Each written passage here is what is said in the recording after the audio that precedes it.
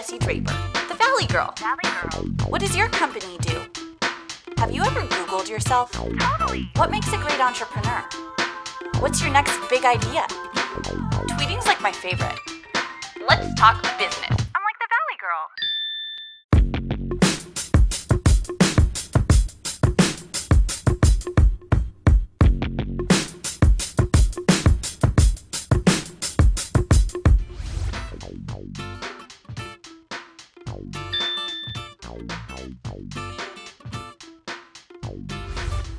Today, I'm interviewing the president of Time Warner Cable Media, Joan Gillman.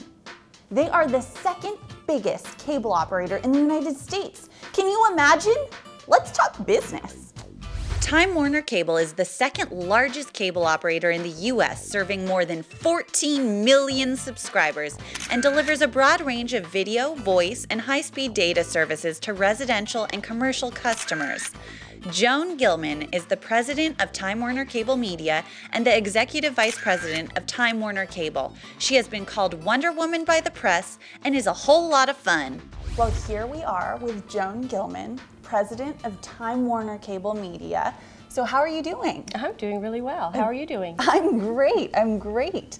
So, I think I want to start off by just asking you, I think people look at Time Warner Cable as just this huge sort of perplexing media conglomerate, if you will. Mm-hmm. And I would love for you to just break down how it works, because there's actually two companies, is that right? Well, it's one company with different divisions. Okay. And so if Time Warner Cable is the second largest cable company in the United States, and High five. 20 years ago, it was television, traditional cable as we know it, and they've done a fabulous job diversifying so that they have broadband services and telephone services for consumers. I am definitely a customer. Are you a happy customer? Yes, I'm a very happy customer because I had quite a few other services before, and just it works the best. I live in Santa Monica, and it's perfect. It's great. Okay, so let's talk about all of the services you have. Yes, so our customers today will sign up for a number of different packages for cable television. Okay. They'll sign up for broadband services, and there are different levels of speed depending on how actively you use the internet. I use it actively. I prefer speedy. There you go.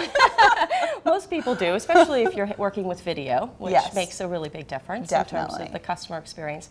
And then there's phone services that are in most markets, but we have in some markets now Wi-Fi that we're rolling out pretty actively. Oh, that's great. So we really have a quite diverse portfolio for our consumers. On top of that, you now can consume your television on the iPad and the iPhone. Yes, which is incredible. So, working really hard to integrate all of the services. Yeah, I wanted to talk about that actually because, we're a new media company. We come from, this sort of like new media idea, and then you guys are, for lack of a better word, an older media company. Mm-hmm. And it's a very different kind, but how are you, kind of like integrating into this new world? Well, I think one way to look at it is we're both a new and an old media company. The cable industry rolled out broadband services. And if you think about it, before broadband services, people largely used the internet for email and Outlook. And as they invested in speed, it became more attractive to consume content over the internet.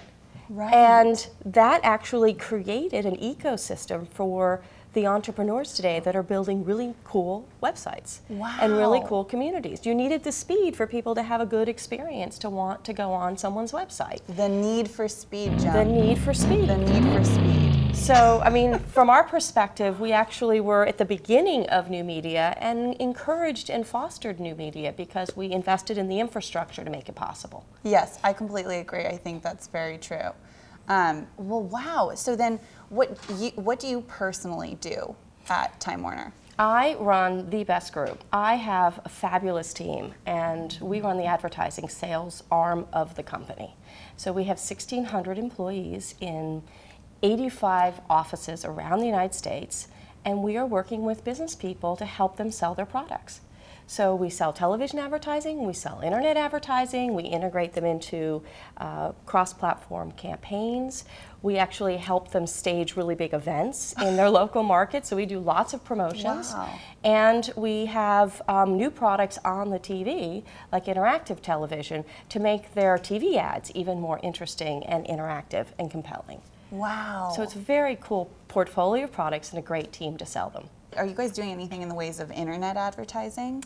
Quite a bit. One is a company, and I should have mentioned this earlier, we have news channels and we're launching regional sports networks. Oh, wow. Those have internet websites that go along with the TV channels, and they're in our portfolio as well. That is so smart. So what do you mean they go along with it? So you have like a site that you can watch it on as well? If you love New York One, right, in New York City, right, you can also check out the New York One website. Okay. So we have communities that we've built on the web around our TV brands. That's great. We also have Roadrunner, so if you are a broadband customer of ours, you might have Roadrunner as your email address. Okay. You might prefer to have Roadrunner as your portal.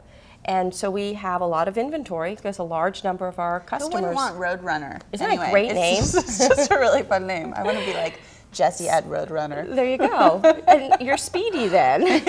Speedy. I feel like speed is a theme today. Exactly. Speed is a theme. You know, I know you're doing some political advertising. Yes, we are. How does that work? I don't even know. Are you guys are required to do some political? No, it's actually a really interesting process. I worked in politics for 10 years, so I understand the space and love this space. But if you think about a business that wants to build a brand and draw an audience to them, they might have a year or 2 years to build that brand. Right, right. A political candidate has an election day. They are building that brand for an outcome on a single day. They win or lose on that single day. True. So it compresses the marketing cycle. I mean, if you think, they may have 4 weeks or 6 weeks to get your vote. Yeah. So think about it. And if they lose, it's too late. They can't go back for maybe 4 years. They lost. It's over. They weren't speedy enough. Exactly. They weren't speedy enough. One of the biggest challenges today for marketers is with consumers fragmenting and having preferences that are so custom to their personalities. Finding them on TV or finding them on the web is really, really hard. Oh, definitely. So if we do our job, we're actually finding them for our clients. And then we're creating the solutions so that you actually notice the ad and the ad works. Right. So it's, it's a series of projects to say, where are the audiences, what message is going to reach that audience, and how do we then deliver the results for the business owner? Wow. Wow. I don't even know how I would go about even thinking that way. It's a really big job. You'd have a blast. So what advice do you have for women who are trying to, hold a position like you're holding eventually? Where did you get started? My goodness, I didn't say no to any opportunity that came my way. And I think that's the first. That is such a good piece of advice. Yeah. I think that's the first thing you need to think about is don't be afraid. I encounter a lot of women that will mull over a decision. And I say go for it. Because what's the worst that can happen? You learn from it and you move on. So you have to, one, just have incredible drive to not be afraid. And try things that are new to you as well. So I think that's probably the first bit of advice I would give. Just say yes. Just say yes to the opportunity. Yeah, that's and then you'll figure it out. And you'll figure it out as you go along. And yeah, no one ever knows it right away. Absolutely not. I mean, I can tell you in my journey, 10 years in politics, in '95 I joined the internet. So it was really early days. Everyone looked at me and said, I had different job offers. And I had very stable job offers at very big, well-known companies. And then I take the job at the internet company.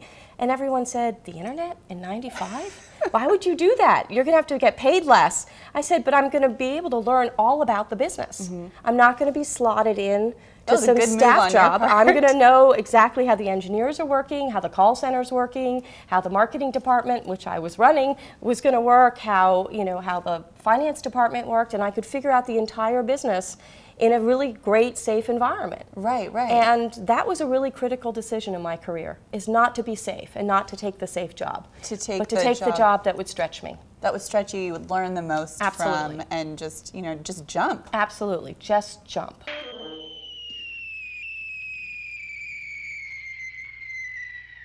As, a woman, you have a lot going on. You have Do you have 2 little kids? I have 2 little children. And you have a pet turtle, Yes. which must take up a lot of your time. Oh, lots of time. How do you manage your time? Oh, well, that's probably one of the biggest learning curves for me since my first child came, my daughter, because I used to be at my desk or work until 8, 9, 10 o'clock at night because I love to work. So the first thing that I had to do is figure out how to do as much in less time. And you learn to prioritize, and you learn to rely on everybody around you. And I think that's the other aspect of sort of advice for people is if you start to build your network of people on your team that will do their job and carry the weight, and you trust them to do their job, you have a lot of time. So delegate, don't put it all on yourself. Always think about delegate to the right people, hire the skill sets you're missing, use the skill sets that you have around you, and make hard choices that some things can wait. So if you walked into my house, I haven't cleaned out magazines in a while, right? That can wait. Oh, definitely. Right? So you deprioritize things. I'm less organized at home. I'm much more organized at work because I have set my priorities. And then when you're with your family, you have to turn work off. Absolutely turn work off. That's hard these days. I feel like with, everyone's always on their phone and, that is a hard thing to do. Do you just turn off your phone? You have to. I just put it in a different room, right? And so if I'm lucky enough to get home between 7 or 7:30 at night, and they go to bed late because I'm a working mom, they go to bed at 9.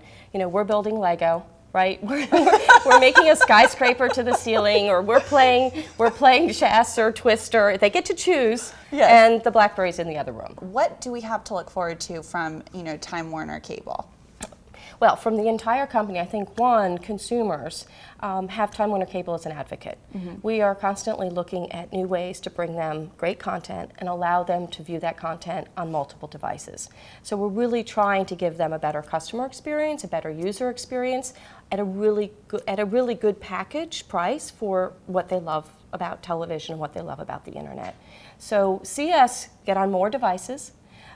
See us add content and create new ways of packaging that content. Okay. And always look for some very cool things in our movies on demand and our on-demand environment. Yeah, you guys have a great on-demand environment. We have been on a journey. This has been, it's an unsung, I think it's often an uncelebrated or appreciated area of the business. It doesn't get much better than just clicking on demand and you're watching it. Exactly. You demanded it. You can watch TV when you want to watch TV. Primetime on Demand now has top shows, and if you don't get home until after the show's aired, you can watch it on demand the next day.